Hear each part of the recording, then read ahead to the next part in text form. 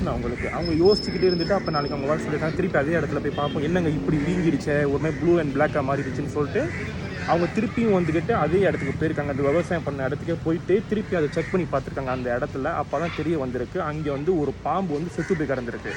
அந்த பாம்பை பார்த்தோன்னே அவங்க வந்து என்னை பாம்பு கடிச்சிருச்சான்ற அந்த ஒரு மைண்ட் செட்லேயே வந்துக்கிட்டு காலில் இருந்த விஷம் வந்து தலை மேலே ஏறி அவங்க அங்கேயே இறந்துட்டாங்க. இதில் என்ன ஒரு உதாரணம் தெரியுது, அவங்க பாம்பு காலில் கடிச்சும் கூட அது பாம்புன்னு பார்க்காம அது பாம்புன்னு தெரியாமல் அவங்களால வந்து அவங்களோட அந்த டெய்லி லைஃபே கண்டினியூ பண்ண முடிஞ்சிருக்கு.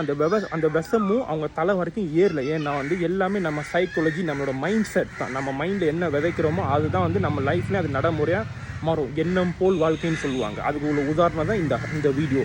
ஸோ எனக்குமே வந்துக்கிட்டு அன்னைக்கு அவங்க வந்துக்கிட்டு அதை வந்து பாம்புன்னு பார்த்துருந்தாங்கன்னா அந்த செகண்டே அவங்க வந்து இறந்துருப்பாங்க. ஏன்னா அந்த விஷம் வந்து உடனே வந்து அவங்க பிரெயினை போய் இம்பாக்ட் பண்ணியிருக்கும், அவங்க ஹார்ட் பீட்டையும் இறங்கியிருக்கும்.